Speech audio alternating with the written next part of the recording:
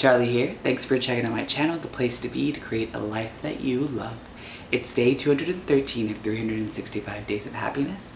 If you're just tuning in, on my 25th birthday, I decided to do a year of happiness. I was seeing all these people doing 100 days of happiness, and so I kicked it up a notch and I wanted to do 365 days. And so I'm in a 213 days in, and I just wanted to share my experience, obstacles, and things like that. So originally the reason I wanted to do this was not only to share with y'all and to show you, how to build these commitments and habitual activities, but it was also to do that for myself, was to build habitual activities and patterns and thoughts to help me be happy for the rest of my life.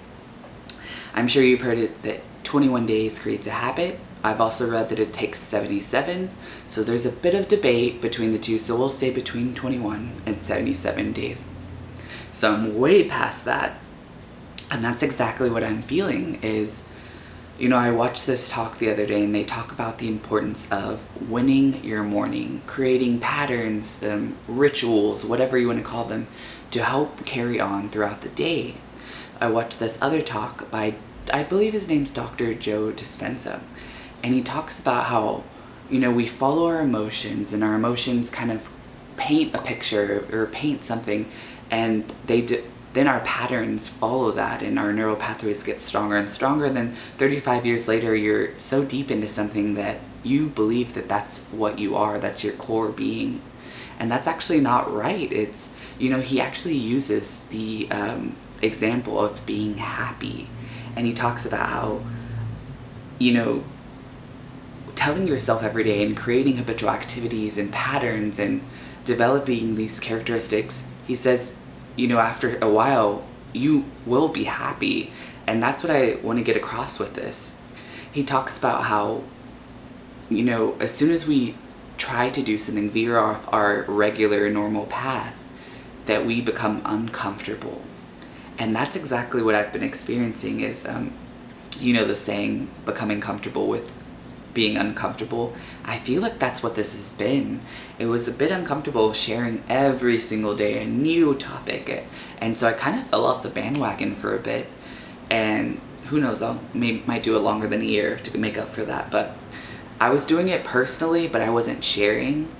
And I feel like I've developed quite a bit of ability to just put myself out there, to be vulnerable, to surrender to my higher self and not care about what my mind is saying. That, he talks about in this talk that when you do something new, your mind tries to convince you not to do it, to do it tomorrow, do it next week, to put it off. And I feel like that's what I was doing is, I'll do it tomorrow, or I don't want to do it anymore. And I feel like I've been facing my fears and making the commitment to myself to be happy.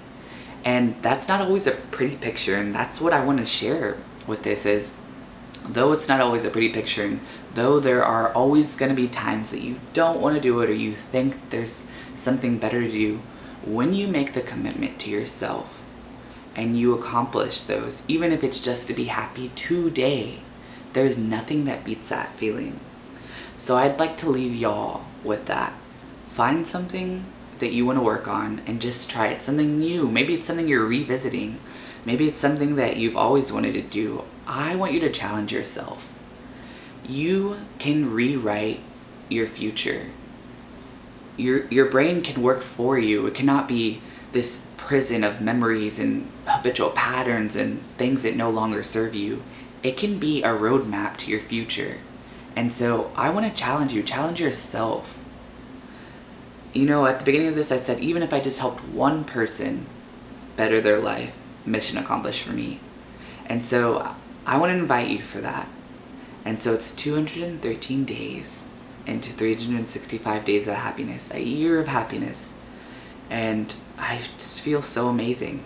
I feel so thankful for this experience, for everything that's taught me, and I can't wait to see what comes next. As always, thank you for all your love and support. Like, share, and subscribe if any of this resonates with you. You can follow me on here, Charlie Satnam. Charlie Satnam, the same thing on Instagram and Facebook.